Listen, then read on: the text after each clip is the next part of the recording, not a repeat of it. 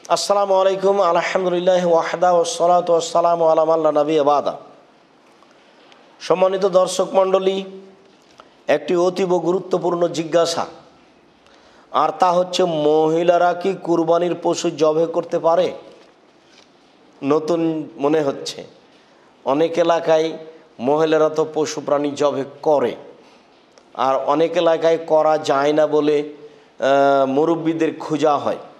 অনেক এলাকায় মনে করা হয় যে সবাই পশু প্রাণী জবাই করতে পারে না। যারা একটু মুরব্বী বা যারা সলাত আদায় করে বা যারা দিন ধর্ম নিয়ে চর্চা করে, আলেম ওলামা, তারাকেই কুরবানি বা জবাই করতে হবে। সম্মানিত দিনী ভাই বোন, বিষয়টি এমন নয়।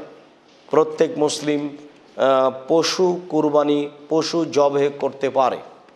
অতএব প্রত্যেক মুসলিম কুরবানিও নিজে হাতে জবাই করতে পারে।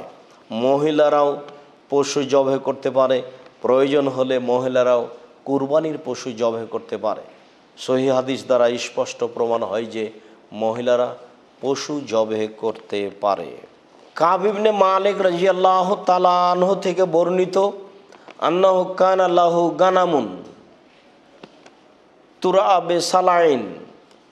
কাব ইবনে মালিকের কিছু ছাগল ছিল যেগুলি সালা নামক পাহাড়ে চরত।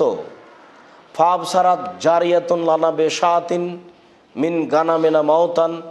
আমাদের একটি দাসী দেখলো যে একটি পালের ছাগল মরা মরা অবস্থা, জান যায়। ফাকাসারাত হাজারান। তখন মহিলাটি একটি পাথর ভাঙল। ফা জাবাহাত হা বিহি। তারপর ওই ভাঙা পাথর দিয়ে সে পশুকে জবাই করে দিল। ফাসালান নবী সাল্লাল্লাহু আলাইহি ওয়াসাল্লাম।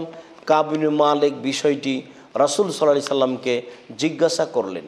ফামারাহু বিআকলিহা। রাসূল সাল্লাল্লাহু আলাইহি সাল্লাম সেই পশুর গোশত খাওয়ার জন্য আদেশ করলেন। বুখারী মিসকাত 4072 নম্বর। অত্র 4072 নম্বর হাদিসে খুব দিনের মতো প্রমাণ হয় যে মহিলারা পশু জবাই করতে পারে এবং মহিলাদের জবাই করা পশুর গোশত খাওয়া যায়। রাসূল সাল্লাল্লাহু আলাইহি সাল্লামকে জিজ্ঞাসা করা হলে তিনি দাসীর জবাই করা পশুর গোশত খাওয়ার জন্য বললেন, আদেশ করলেন। অতএব অত্র সহিহ হাদিস দ্বারা বিষয়টি আমাদের কাছে খুব স্পষ্ট যে মহিলারা যে কোনো হালাল পশু জবাই করতে পারে, মহিলারা কুরবানির পশুও জবাই করতে পারে। স্বাভাবিকভাবে পুরুষেরাই জবাই করে থাকে। যদি এমন মানুষ না থাকে তাহলে মহিলারা নির্দ্বিধায় পশু জবাই করতে পারে বলে অত্র বুখারীর হাদিসে স্পষ্ট প্রমাণ হয়। আল্লাহু আ'লাম বিস-সাওয়াব ওয়া সাল্লাল্লাহু আলা নবী ওয়া সাল্লাম। আসসালামু আলাইকুম।